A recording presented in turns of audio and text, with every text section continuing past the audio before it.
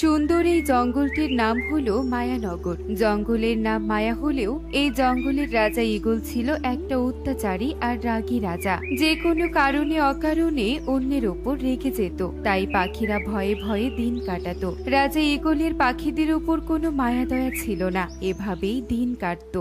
মালি, এক্ষুনি এদিকে এসো। যে হুকুম রাজা মশাই, বলুন। এই গাছে কোনো ফুল নেই কেন? সব গাছে ফুল আছে, কিন্তু এই গাছে নেই। আসলে ক্ষমা করবেন রাজা মশাই, এই গাছের ফুল এই সময় ধরবে না, বসন্তকাল আসলে এর ফুল ধরবে। এখন এই গাছের পাতাই এর সৌন্দর্য।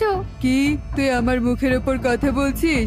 এত বড় সাহস তোর! প্রহরী, প্রহরী, এক্ষুনি এই মালি সহ গাছ বাগান থেকে বের করে দাও। না না রাজা মশাই, আপনি আমাকে এত বড় শাস্তি দিবেন না। আমি কোনো ভুল করে থাকলে আমাকে ক্ষমা করে দিন, আমার যে আর কোনো রোজগার নেই। আমি একবার যা বলি তাই করি, এক্ষুনি যা। ঈগল সামান্য কারণে মালিকের কাছ থেকে বের করে দেয়, আর মালিক কাঁদতে কাঁদতে সেখান থেকে চলে যায়। শুনুন শুনুন শুনুন, রাজা মশাই জরুরি ঘোষণা করেছেন, আজ থেকে এই বনে তেতো করলা কেউ চাষ করতে পারবে না। যদি কারো জমিতে তেতো করলা দেখা যায় তাহলে তাকে শাস্তি পেতে হবে। শুনুন শুনুন শুনুন। এ কি টোনা, প্রহরী এসব কি ঘোষণা করে গেল? তেতো করলা চাষ করতে পারবো না মানে? তাহলে এখন কি হবে? এই বনে আমরা সবাই তো এবার তেতো করলা চাষ করেছি। আমিও তো বুঝতে পারছি না টুনি, রাজামশাইয়ের মাথায় আবার কোন ভূত চেপেছে। এমনটা হলে তো আমাদের অনেক ক্ষতি হয়ে যাবে। টুনি রে টুনি, তুই শুনেছিস কিছু? রাজামশাই কি ঘোষণা করেছে? এবার আমাদের কি হবে টুনি? আমি আর কবুতর অনেক টাকা ঋণ করে চাষ করেছি, 2 টাকা লাভ করতে পারবো বলে এবার তো সর্বনাশ হয়ে যাবে। কেঁদো না দিদি, একদম কেঁদো না। আমরা সবাই যাবো রাজামশাইয়ের কাছে, রাজামশাই নিশ্চয়ই আমাদের কথা শুনবে। টুনি, তুমি হয়তো ভুলে গেছো যে রাজামশাই যা বলে তাই করেন। তবুও চলো যাওয়া যাক। এরপর সব চাষিরা মিলে রাজপ্রাসাদে রাজা ঈগলের কাছে যায়। এ কি, বনের সব পাখিরা আমার কাছে? কি চাই তোদের? বল আমাকে। বলছিলাম কি রাজামশাই, আপনি আমাদের করলা চাষ করতে বারণ করে দিয়েছেন, কিন্তু আমাদের যে অনেক বড় ক্ষতি হয়ে যাবে। আমি যা বলি তা করেই ছাড়ি। করলা আমার অপছন্দের সবজি, তাই আমি আমার আশেপাশে কোনো করলার গাছ দেখতে চাই না। সব করলা গাছ তুলে উপড়ে ফেলা হোক। এমনটা করবেন না রাজামশাই, আমাদের যে ঋণের বোঝা বয়ে বেড়াতে হবে। আপনি আমাদের উপর দয়া করুন। পাখিরা হাত জোর করে অনেক মিনতি করতে থাকে, কিন্তু রাজা ঈগল কোনো কথাই শোনে না। এরপর পাখিরা মন খারাপ করে কাঁদতে কাঁদতে বাড়িতে চলে আসে। এদিকে জমির সব গাছ উপড়িয়ে ফেলা হয়। পাখিরা এমন গাছ উপড়িয়ে ফেলে দিশেহারা হয়ে পড়ে। টোনা, জমিতে তো আবার নতুন করে সবজি চাষ করতে হবে, কি করবে? এভাবে আর মন খারাপ করে থাকবে কতদিন? টনি, হাতে যে টাকা নেই, নতুন করে বীজ কিনবো কি দিয়ে, আর সার বা কিভাবে দিব?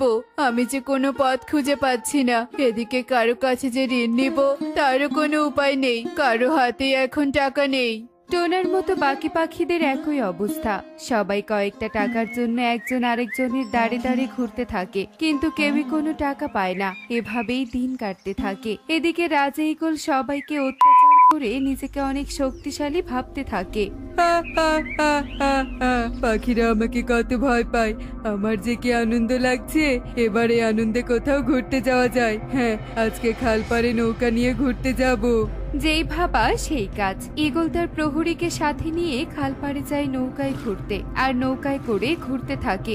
এমন সময় একটা দমকা বাতাস এসে নৌকা উল্টে যায়, আর ঈগল সহ প্রহরী পানিতে পড়ে সাঁতরাতে থাকে।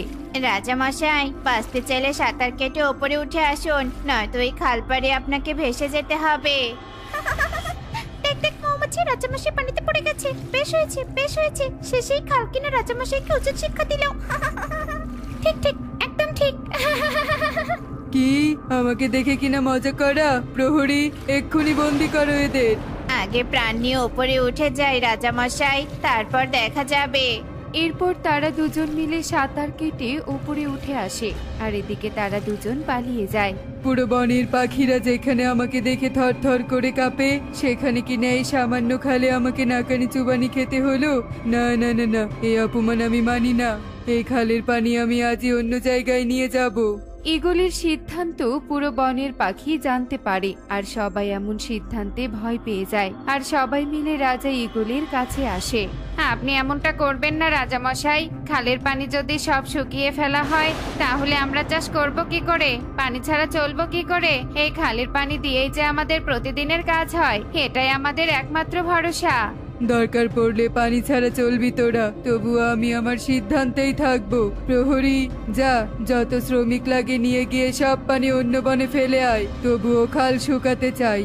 প্রহরী শ্রমিক দিয়ে টানা কয়েকদিন পরিশ্রমের ফলে পুরো খাল শুকিয়ে ফেলে। বনবাসীরা এদিকে পানির অভাবে পড়ে যায়। এদিকে সবার বাড়িতে জমানো যা পানি ছিল সব শেষ হতে থাকে। সবাই চিন্তা করতে থাকে। এদিকে মেঘেরা পানি তুলতে না পেয়ে শুকিয়ে যেতে থাকে আর তারা বৃষ্টিও ছড়াতে পারে না।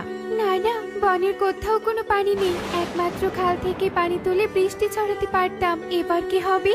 আমরা বৃষ্টি ছড়াবো কি করে? দিন দিন তো শুকিয়ে যাচ্ছি। মেঘেরা একে অপরের সাথে এভাবেই কথা বলতে থাকে। এদিকে সেদিক দিয়ে একটা পরী উড়ে যেতেই সব শুনতে পায় আর পরী মেঘেদের কাছে আসে। এসে ভালো করে আরো সবটা শুনে ফেলে। বুঝেছি, এই রাজা এত অহংকারী যে অহংকার করতে করতে এবার তার নিজের সব সীমা অতিক্রম করে ফেলেছে। এবার তাকে একটা শিক্ষা দিতেই হবে। মেঘ, তোমরা অন্য বনে চলে যাও আর বৃষ্টি দাও, আমি এই বন দেখছি। আগে পাখিদের পাশে দাঁড়াতে হবে। এরপর পরে মেঘকে বিদায় জানিয়ে পাখিদের বনে চলে আসে আর খালপাড়ে একটা ডাব ঘর বানায়। মেয়েটা আমার পানির জন্য কত কান্নাকাটি করছে। কোথায় গেলে আমি এখন একটু পানির ব্যবস্থা করতে পারবো? বাবা হয়ে যে এমন অসহায় অবস্থা আর সহ্য করতে পারছি না। যাই, খাল পাড়েই যাই। জানি পানি পাবো না, তবুও সৃষ্টিকর্তার উপর আমার বিশ্বাস আছে। হে কি, এই ডাবঘর এখানে এলো কি করে? এই ঘর তো এখানে আগে ছিল না। তাহলে কে বানালো এত সুন্দর ডাবঘর? আমি বানিয়েছি পাখি। এই ডাবঘর আমি তোমাদের জন্য তৈরি করেছি।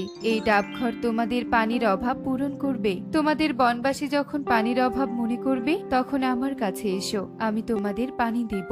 পরীর এমন কথা শুনে কবুতর ভীষণ খুশি হয় আর কবুতর পরীকে ধন্যবাদ দিয়ে পানি নিয়ে সেখান থেকে চলে যায়। এরপর বনের সবাই খালপাড়ে ডাবঘরের কথা জানতে পারে আর সেখানে গিয়ে প্রয়োজন মতো পানি আনতে থাকে। দাসী, দাসী, এত বেলা হয়েছে কিন্তু এখনো খাবার দিসনি কেন আমাকে শুনি? এত বড় সাহস তোদের! ক্ষমা করবেন রাজা মশাই, বনের কোথাও কোনো পানি নেই, তাই পানির অভাবে রান্না করতে পারছি না। আপনাকে মনে হয় না খেয়ে থাকতে হবে। কি, আমি হলাম রাজা ঈগল আর আমি কি না পানির অভাবে না খেয়ে থাকবো? না না, এ কিছুতেই হতে পারে না। প্রহরী, প্রহরী, পুরো বনে পানির খোঁজ কর গিয়ে, যা। ক্ষমা করবেন রাজা মশাই, আপনি নিজে হাতে খালের পানি শুকিয়ে ফেলেছেন। এখন আর কোনো উপায় নেই, আমরা দুঃখিত। রাজা ঈগল পড়ে যায় মহা চিন্তায়। রাজা ঈগল কোনো উপায় খুঁজে পায় না। উফ বাবা, বড্ড খিদে পেয়েছে। পানি, একটুখানি পানির জন্য গলাটা আমার শুকিয়ে গেছে। মনে হচ্ছে এক্ষুনি মরে যাব। বনের কোথাও কি কোনো পানি নেই?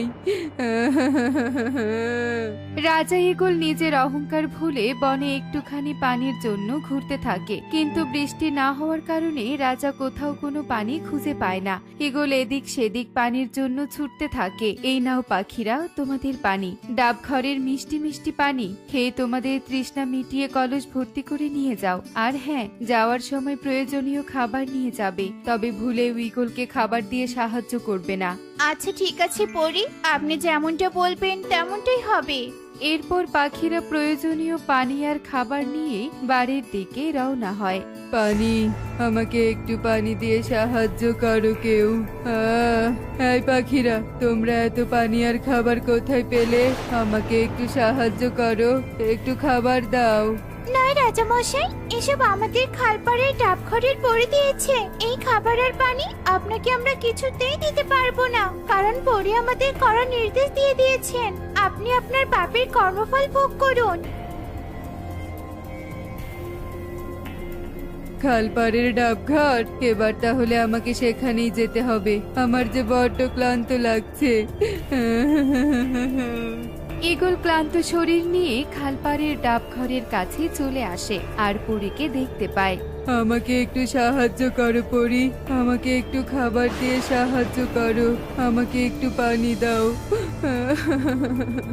চুপ কর শয়তান ঈগল, তোকে আমি কোনো সাহায্য করতে পারবো না। তোকে তোর অহংকারের শাস্তি পেতেই হবে। তুই এতদিন পাখিদের উপর অনেক অত্যাচার করেছিস, এবার কর্মফল ভোগ কর। তুই তো পানি শুকিয়ে ফেলেছিস, তোর তাহলে কেন পানির প্রয়োজন? তুই তোর অহংকার আর দাম্ভিকতার কথাই চিন্তা করেছিস, একবারও ভেবেছিস বাকি পাখিদের কি হবে? তোর তো রাজা হিসেবে বনের পাখিদের আগলে রাখার দায়িত্ব, আর তুই কিনা ওদের অত্যাচার করলি।